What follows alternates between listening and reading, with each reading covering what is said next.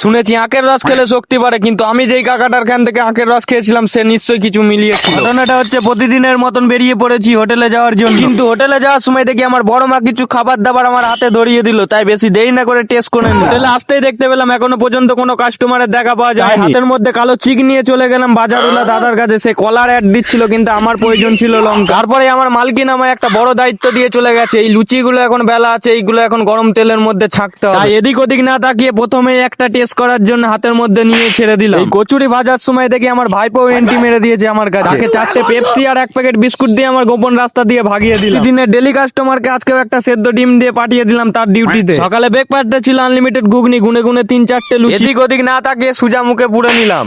Strong breakfast. ইমুলা দাদু চলে এসেছিল ডিম আছে নাকি চেক করার জন্য, কিন্তু আমি তাকে বললাম চেক করার কি আছে, তাড়াতাড়ি এক ট্রে দিয়ে চলে যাও। পেপার ডেলিভারি বয় দেখছি প্রতিদিনের মতন আজকেও পেপারটা মুখে ছুড়ে দিয়ে চলে গেল তার ডিউটিতে। কাকা চলে এসেছিল হোটেলের সামনে ভ্যান নিয়ে, হাতের মধ্যে ঘুরনচরকি ঘুরাচ্ছিল। তারপরে বুঝতে পেলাম এটা আসলে আখের রস তৈরি করছে। তাই হাতের মধ্যে ক্যাশ নিয়ে বেরিয়ে পড়লাম কাকার কাছে। ক্যাশ দিতেই কাকা প্রথমে আমাকে 1 গিলাস দিয়ে দিল। আমি প্রথমে না খেয়ে আমি আগে মালকিনকে দিয়ে চলে এলাম। তারপরে আবার আকুলা কাকার কাছে এসে বললাম এমন একটা প্যাক বানিয়ে যাও যেটা খেয়ে আমার নেশা হয়ে যায়। আমার কথা শুনে কাকা একটা আমায় এমন প্যাক দিল যেটা খেয়ে আমার মাথা ঘুরে গেল।